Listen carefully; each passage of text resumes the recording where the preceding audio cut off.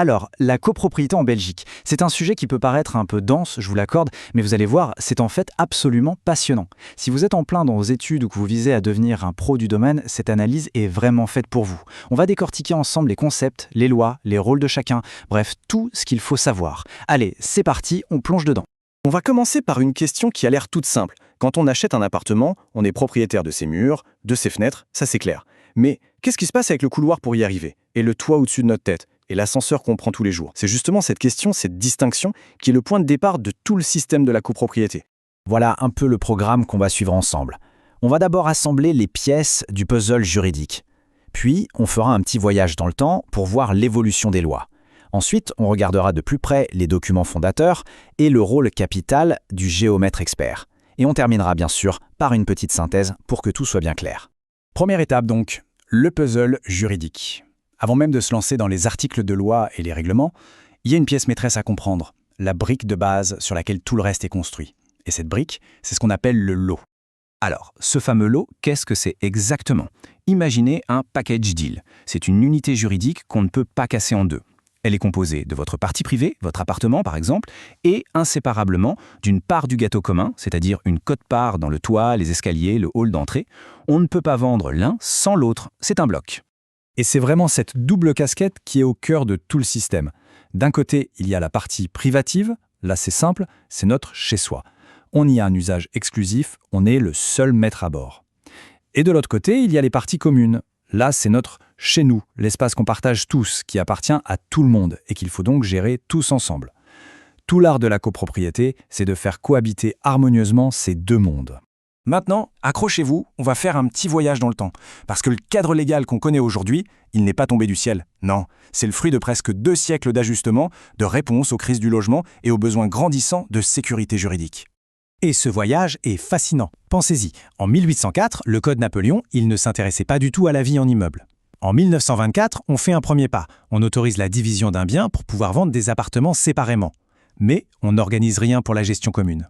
Et là, bam, 1994, c'est la grande révolution. C'est la naissance de la copropriété moderne avec la création de l'Association des copropriétaires, l'ACP, et du syndic. Ensuite, les lois de 2010 et 2018 sont venues affiner la machine. Celle de 2010 a rendu la répartition des charges plus juste et celle de 2018 a apporté plus de flexibilité. Et enfin, en 2021, on a tout remis au propre dans le nouveau Code civil. Chaque loi a été une réponse à un besoin de son époque. Ok, troisième partie, tout ça c'est bien beau en théorie, mais comment ça se matérialise en pratique?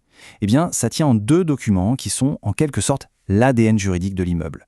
C'est eux qui disent noir sur blanc qui possèdent quoi et quelles sont les règles du jeu pour vivre ensemble. Il faut bien faire la différence entre ces 2 documents. D'un côté, on a les statuts, c'est la constitution de l'immeuble, sa carte d'identité. C'est un acte notarié, très officiel et donc très difficile à modifier. Il contient les informations fondamentales, la division de l'immeuble, les fameuses quotes-parts. De l'autre côté, on a le règlement d'ordre intérieur, le ROI. Lui, c'est plutôt le mode d'emploi du quotidien. Il est beaucoup plus souple et il organise la vie pratique. Et là, on voit bien que le rôle du géomètre expert est crucial pour les statuts, mais il n'est que consultatif pour le ROI. Et ça nous amène tout naturellement à la personne qui est au cœur de la création de cet ADN, le géomètre expert. Il ne faut pas le voir comme un simple technicien qui mesure des murs. Non, c'est bien plus que ça.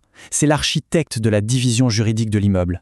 Et ça, attention, c'est un point absolument fondamental. La loi lui donne un monopole légal. Pourquoi? C'est simple, son travail va définir les frontières de la propriété de chacun. Les plans qu'il va dessiner, signer, vont devenir la vérité légale, celle qui est enregistrée officiellement. La responsabilité est donc juste énorme.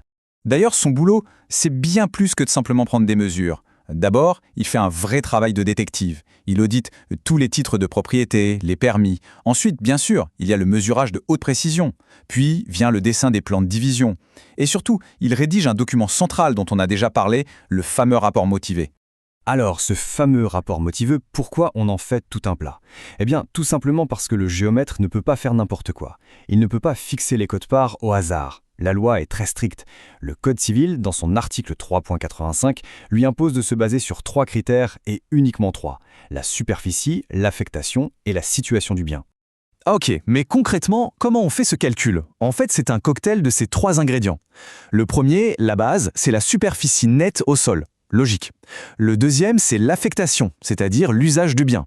Un commerce qui reçoit du public n'a pas la même valeur qu'un appartement. Et le troisième, c'est la situation. Un penthouse au dernier étage avec une vue magnifique n'aura pas la même valeur qu'un appartement au premier qui donne sur une cour. Le travail du géomètre, c'est de pondérer tout ça pour arriver à un calcul juste et motivé. Bon, on arrive à la fin. On a vu toutes les pièces du puzzle. Le lot, les lois, les documents, le rôle du géomètre. Maintenant, prenons une seconde pour prendre un peu de hauteur et se poser la question, au fond, pourquoi toute cette complexité? Pourquoi cette structure est-elle si essentielle? La réponse, au fond, elle est assez simple. C'est pour la sécurité et la tranquillité de tout le monde. Ce cadre est impératif, ça veut dire qu'on ne peut pas y déroger. Et c'est ça qui garantit que la répartition des frais est équitable, que chaque propriétaire sait exactement où commencent et où s'arrêtent ses droits et ses devoirs, et que les décisions sont prises de manière claire. C'est tout simplement le socle qui permet à des millions de personnes de vivre ensemble, sereinement. Et pour finir, j'aimerais vous laisser avec une question, une piste de réflexion pour les futurs experts que vous êtes. On l'a vu, la loi évolue sans cesse vers plus de flexibilité, par exemple, avec le principe payeur-décideur qui donne plus de poids à ceux qui payent pour une décision. Alors, est-ce que la prochaine étape, ce sera une sorte de copropriété à la carte, encore plus adaptable à chaque immeuble? C'est une excellente piste de réflexion pour les futurs professionnels que vous allez devenir.